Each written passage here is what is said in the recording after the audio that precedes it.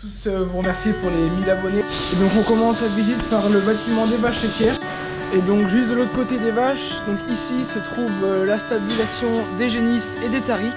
Et donc là nous sommes arrivés au niveau des niches sur les cases collectives. Et donc juste derrière les niches, donc la première, donc la fosse à lisier. Ensuite on arrive sur le premier hangar de stockage des fourrages dans les champs, donc c'est le Puma 165, donc le tracteur de tête sur l'exploitation. Donc juste à côté du 160, donc on peut retrouver le Puma 140. Donc juste derrière moi, donc l'atelier. Et donc ici, donc le principal stockage de paille. Et juste derrière moi, le combiné de semis de semoir en ligne. Et donc on arrive sur la partie des silos. Bon, et pour finir la vidéo, donc je vais vous emmener avec moi. Normalement on va aller chercher les pondeurs affinés.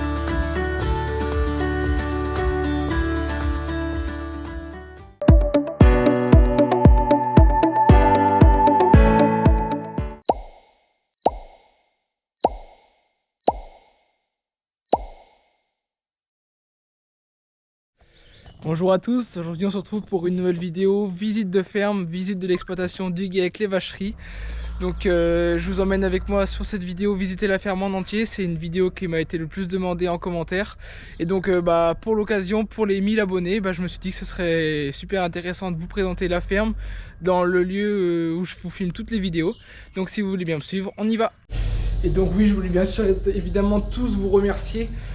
Vous remercier pour les 1000 abonnés. Donc depuis plus d'1 an et demi maintenant que vous me suivez dans mes vidéos. Donc la première vidéo date du mois de mars 2022 il me semble. Donc oui, ça va bientôt faire 2 ans maintenant. Sur la ferme il y a 60 vaches laitières, une cinquantaine de génisses à la reproduction. Sur une SAU de 100 hectares, donc la SAU c'est la surface agricole utile. C'est la surface que l'on cultive pour implanter nos cultures.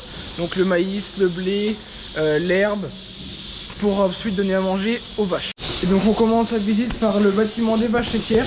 Et donc là je suis actuellement au niveau du robot de traite. Donc le robot de traite c'est un Lely Astronaut A5, donc 5e génération des astronautes de chez Lely, donc qui est installé sur la ferme depuis juin 2021. Donc le bâtiment des vaches laitières a été construit en 1999, qui est très fonctionnel, accessible. Il y a 83 places pour 60 vaches, donc les vaches sont très à l'aise dans le bâtiment. Il n'y a pas de problème de surcharge de bâtiment. Donc en logette matelas, paillé à la farine de paille tous les matins, avec des couloirs, donc un couloir pour les logettes et un couloir là-bas pour les grenadis. Donc 2 racleurs à cordes qui passent toutes les 3 heures pour garder le sol le plus propre possible.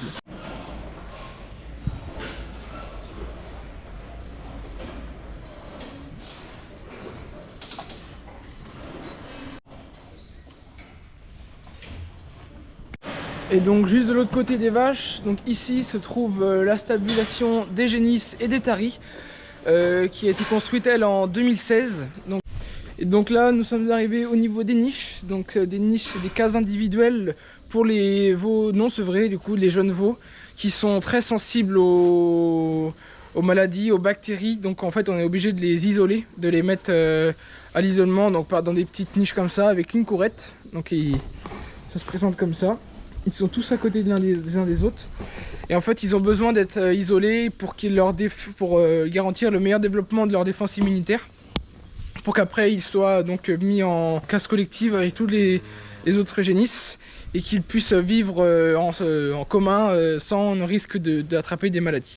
Donc ici, c'est la nurserie. C'est là où on appelle ça la nurserie. C'est là où l'atelier de préparation des repas pour les jeunes veaux. Donc pour les jeunes génisses, donc ici il y a donc tous les seaux pour les veaux, donc tous ceux qui sont non sevrés, qui boivent du lait, et donc répartis sur un tableau. Donc ils ont chacun leur numéro avec la date de naissance, le sexe. Donc quand c'est des mâles on met le sexe juste à gauche. Et donc en fait ils ont des repas bien précis. Donc et donc là on arrive donc sur les cases collectives. Donc c'est les cases où on met les génisses après le sevrage, mais là donc depuis 2-3 mois on a beaucoup de vélages, donc on est obligé de les sevrer dans ces cases là, mais normalement elles sont sevrées donc dans les niches comme je vous l'ai dit précédemment. On les sèvre à 3 mois environ, à 100 kg. Et donc après elles sont à une ration sèche qu'on appelle mâche. Nous c'est ce qu'on met, donc il y a du foin, du tourteau de colza, du minéral et un peu d'orge en granules. Donc de la graine d'orge mise en granules. Donc les génisses sont élevées dans l'ordre croissant de... Donc on démarre à l'autre bout là-bas, on traverse toute la stabule jusqu'ici, arrivé au tari. Donc l'ordre en fait c'est des places de cases en fonction de l'âge et de la croissance. Donc les génisses c'est des adolescents si vous préférez, c'est des génisses c'est des vaches, des futures vaches laitières qui sont élevées pour être engraissées pour l'instant et qui sont ensuite à 15 mois inséminées donc pour qu'elles fassent un veau et donc pour un objectif de vélage à 24 mois. Et ensuite les vaches taries, donc les vaches taries c'est toutes les vaches qui vont véler, donc qui vont mettre bas, qui vont donner naissance à un veau de 2 mois. Donc c'est des vaches qu'on isole, isole par groupe de 10 environ entre 2 cases, qu'on isole avec une ration spéciale, pas de fièvre de lait, de maladies, de réactions. Et donc juste derrière les niches, donc la première, donc la fosse à lisier. Donc c'est une fosse de 1780 m3 qui a été construite en 2021. C'est la fosse, on va dire, qui n'est pour l'instant pas raccordée à la stabulation en direct. Donc là, pour l'instant, le lisier des racleurs tombe dans une petite fosse, donc une pré-fosse entre guillemets. Maintenant c'est une pré-fosse qui en fait donc collecte le lisier par les racleurs. Et donc récemment on a creusé un tuyau, on a amené un tuyau sous terre qui en fait relie les deux fosses pour évacuer le lisier avec l'aide d'un malaxeur sur tracteur pour évacuer le lisier de la petite fosse et pour l'emmener vers la grande fosse. Et donc oui, il va être temps que la belle saison arrive car les fosses sont pleines à craquer. Là j'en ai épandu comme vous l'avez vu dans la vidéo d'il y a un mois environ, 3 semaines, un mois, je ne sais plus.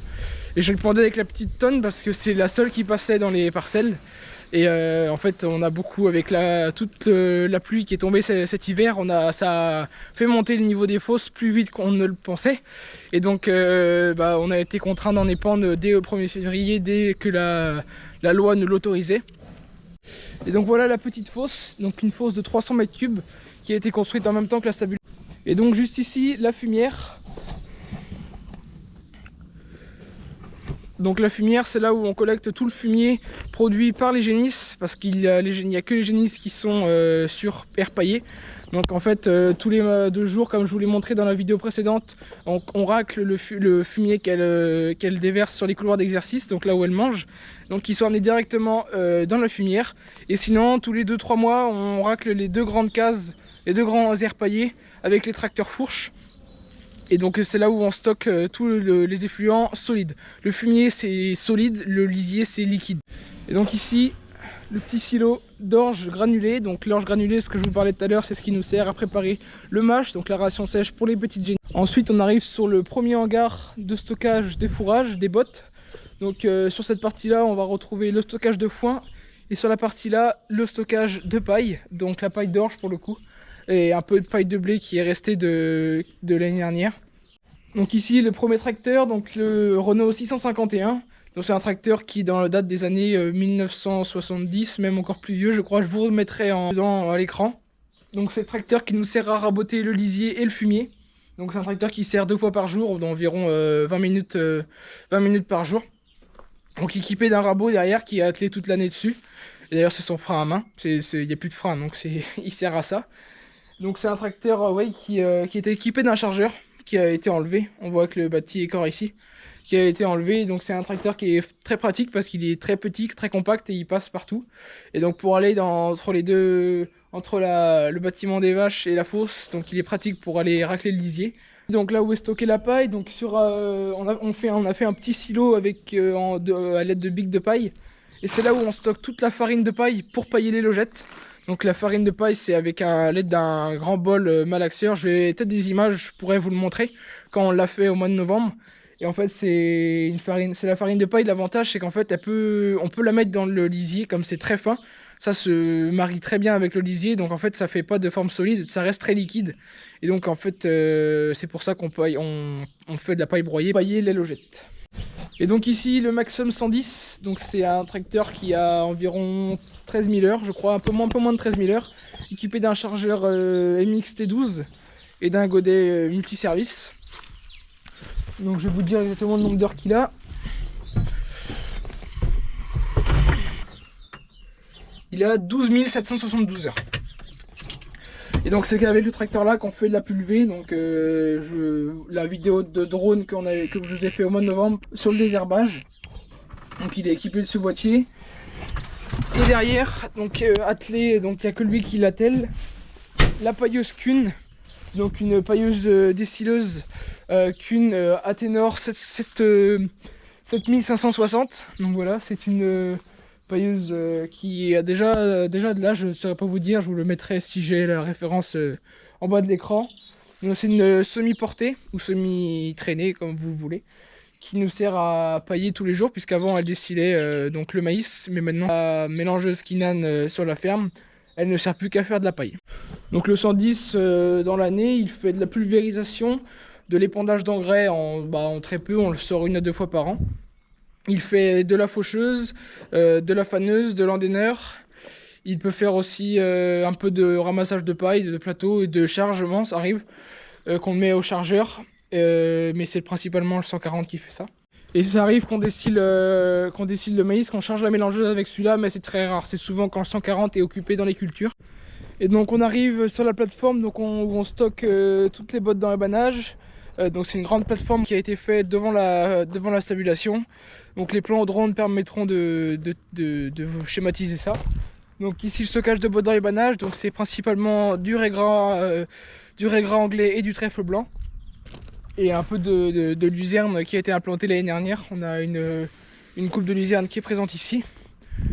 À côté, donc la remorque de la Kuma, la Roland, donc la 5830, donc elle fait 30 mètres cubes. Oui, c'est ça, 30 mètres cubes. Donc c'est une remorque qui avait été achetée à la Kuma il y a plus de 15 ans. Qui marche encore très bien pour son âge. Elle est encore très fonctionnelle. Elle sert tous les ans pour les ensilages, pour les moissons. Et puis elle fait pas du tout de fumier ni de terre, elle fait rien du tout, elle fait que de l'ensilage herbe, maïs et moisson, récolte de céréales. Donc, juste à côté le fameux malaxeur dont je vous parlais tout à l'heure. Donc c'est un malaxeur qui s'incline en fait, qui pour plonger dans la fosse. Donc à l'aide des pales que l'on voit derrière là, il mélange et puis il a un tuyau d'aspiration qui peut remonter par toute l'unité, qu'on branche avec un tuyau juste ici et qui on raccorde au tuyau souterrain pour emmener directement dans la grande fosse. Donc ici le cultivateur, donc un cultivateur 3 mètres, c'est un polymag, un cultivateur de 3 mètres, donc en pas de doigt. Et donc juste à côté le malaxeur qui nous sert à malaxer la grande fosse justement, donc un malaxeur de 5 mètres, pichon. Donc on arrive devant la stabule, donc ici le bureau, donc là où on boit le café, où on peut avoir accès à l'ordinateur du robot pour gérer les retards, voir les chaleurs, les inséminations, puis là où on peut boire un café, retrouver un peu les fournisseurs qui viennent nous apporter des produits, etc.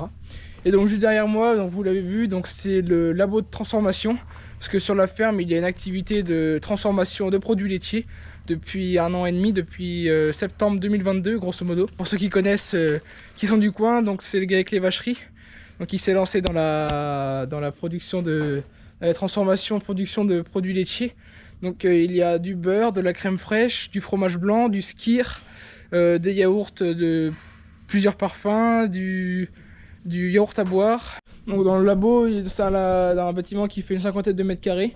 Donc où il y a plusieurs outils de production comme une yaourterie, une baratte à beurre, un pasteurisateur, des tanks à lait, une chambre froide pour stocker les produits une fois qu'ils sont produits pour les conserver.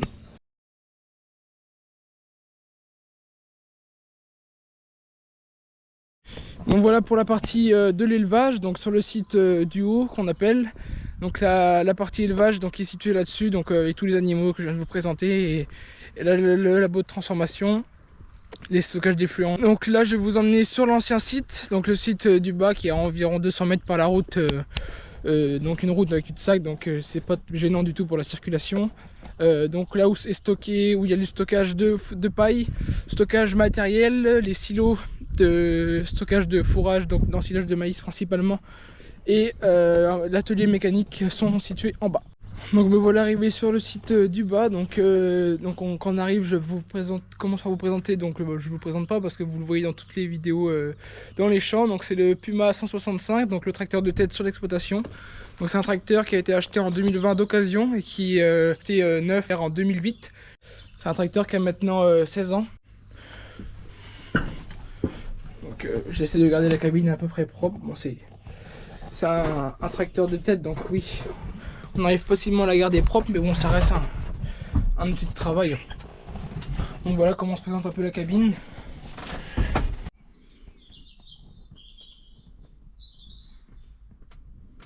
C'est un tracteur qui vient de passer les 7800 heures. Donc il avait en grosso modo 5500 heures quand il a été acquis sur le GAEC. Donc en 3 ans il a fait 3500 heures, donc ouais, il sert quand même assez souvent. Et donc juste derrière moi, donc le pulvérisateur, donc c'est un Harland, c'est un 3024, c'est un premium plus 3024.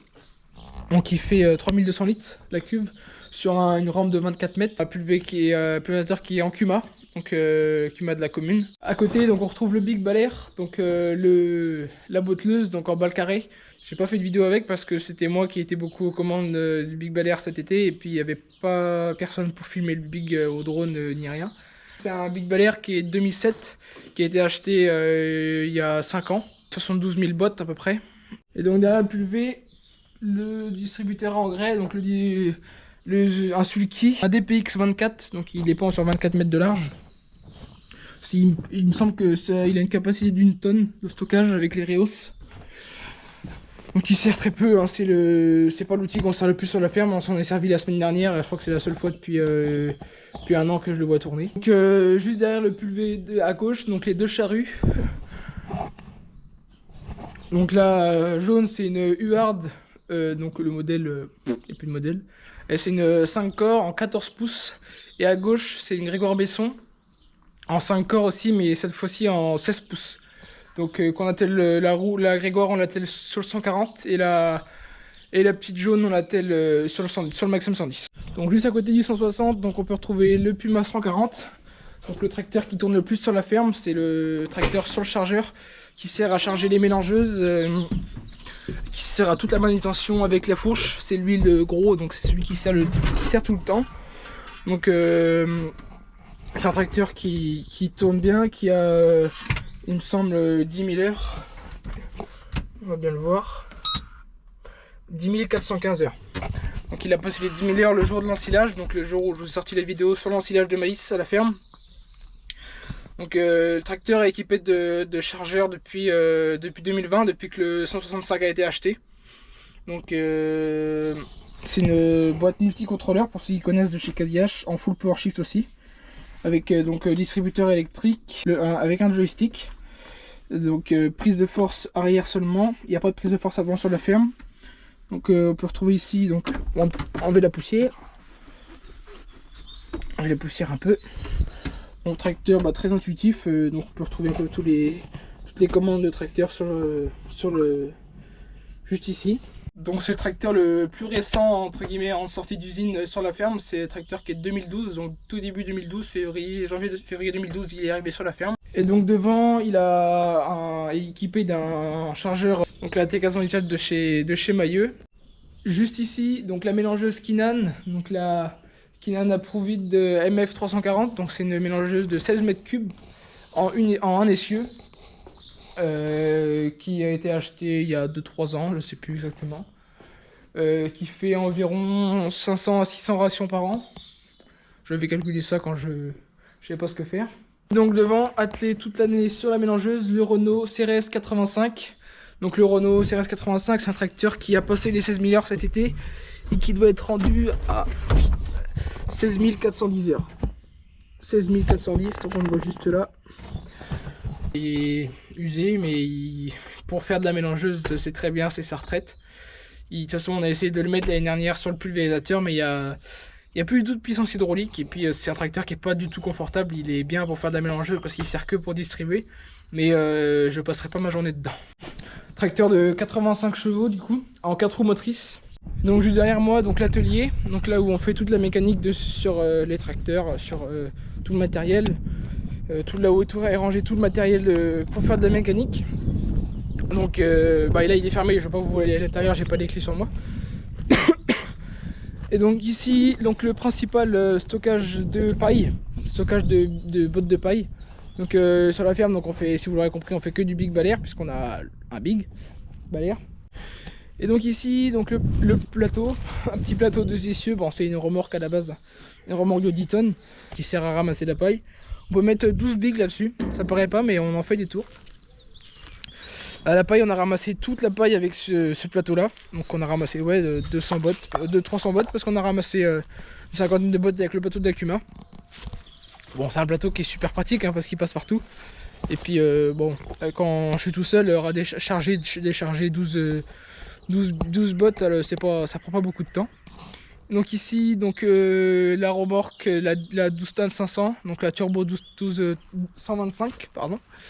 Donc une remorque de 12 tonnes 5, 2 essieux. Donc sous cet hangar là, donc on peut retrouver en premier la faucheuse conditionneuse, donc c'est une Vicon, elle fait 3,20 m, donc équipée d'un conditionneur derrière.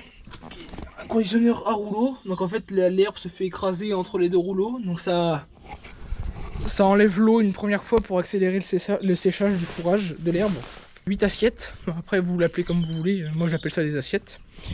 Ici un pic-bot, le lève-palette. Ici les broyeurs d'accotement, donc c'est un broyeur qui nous sert pour faire l'accotement, mais c'est un broyeur forestier. Berge, c'est un berge, pour ceux qui connaissent la marque. La faneuse, c'est une 4 toupies, elle prend 5,40 m, c'est une Mora, donc c'est pas très connu, mais elle marche bien, elle marche bien. Voilà. Ici donc le franquet, donc c'est un tasse à vent. On appelle ça des franquets parce que c'est la marque. Franquet, donc un tasse à vent de 4 mètres qui sert à mettre devant le tracteur pour tasser la terre avant de passer le semoir. Donc qu'on met devant un tracteur et le semoir derrière. On s'en est pas utilisé cette année parce qu'il avait une sphère qui était partie de travers et on n'a pas pris le temps de la réparer du tout. Donc elle n'a pas servi du tout cette année. Et elle n'est pas encore réparée, la sphère d'ailleurs, faut qu'on la répare avant la saison de maïs. Et juste derrière moi, le combiné de semis de semoir en ligne, donc une herse Machio 4 mètres et un semoir SPL pardon, de 4 mètres aussi. Donc c'est un combiné avec attelage intégré. Juste à côté, donc la lame en silage, une lame d'environ 2 mètres 50 qui sert à faire le tas devant l'accroche devant le 165. Et donc elle sert à faire le tas en équipant un troisième point hydraulique qu'on voit juste au bout de mon doigt là, si je vise bien. Donc c'est le top en fait, ça permet d'incliner la lame une fois, ça dépend à quel moment t'es arrivé en haut du tas et tout, puis c'est vachement bien. Ici le pic-bot, bon il est en l'air, vous allez grogner mais ça va gueuler, mais parce qu'il tient pas, le pic-bot il est vieux mais j'adore en fait, c'est un pic-bot trop bien avec 4 doigts pour transporter du big balaire, c'est super bien, parce qu'il est vachement large en fait et du coup ça évite que les bigs s'arrondissent quand on les prend. Et donc en fait c'est un atelier, juste atelier en fait, là où juste du stockage d'outils, mais on ne fait pas du tout de bricolage de tracteur dedans, on rentre pas de tracteur comme chez Marc par exemple où il a un grand atelier où il peut rentrer sa moissonneuse. Nous c'est juste uniquement du stockage de matériel et puis à l'intérieur on stocke un camion vitrine qui sert à exposer les produits sur les marchés. Et donc on arrive sur la partie des silos, donc un petit silo, donc un silo qui sert principalement à mettre de l'ensilage, donc d'herbe ou de métail, c'est principalement métail qui est ici, et il sert pour faire un silo de maïs, pour en fait faire la pointe entre guillemets. C'est un petit silo qui sert à faire les transitions à peu près un peu de maïs, et il sert à compenser le stockage. Ici donc un des 3 grands silos de maïs, donc là c'est celui-là qu'on est en train de dessiller en ce moment, de consommer. Et bien voilà, on en a fini pour la visite de l'exploitation. J'espère que cette vidéo vous aura plu. Donc si vous avez des questions, des remarques, des interrogations sur ce que j'ai pas pensé à dire, si vous avez des questions sur le GEC, sur les marchés, sur la transformation, n'hésitez pas à me le faire savoir en commentaire. Bon, et pour finir la vidéo, donc je vais vous emmener avec moi. Normalement on va aller chercher les pondeurs à fumier car demain est mardi. Donc on épand du fumier sur tous les couverts végétaux. Donc toute la surface qui sera semée en maïs pour 2024. Donc on va aller les chercher ce soir pour être prêt à faire feu demain matin. Bon, je vous reprends. Donc j'ai attelé la masse sur le 165. Et puis bah on s'en va aller ensemble. On va aller ensemble chercher les pondeurs à fumier pour épandre le fumier demain.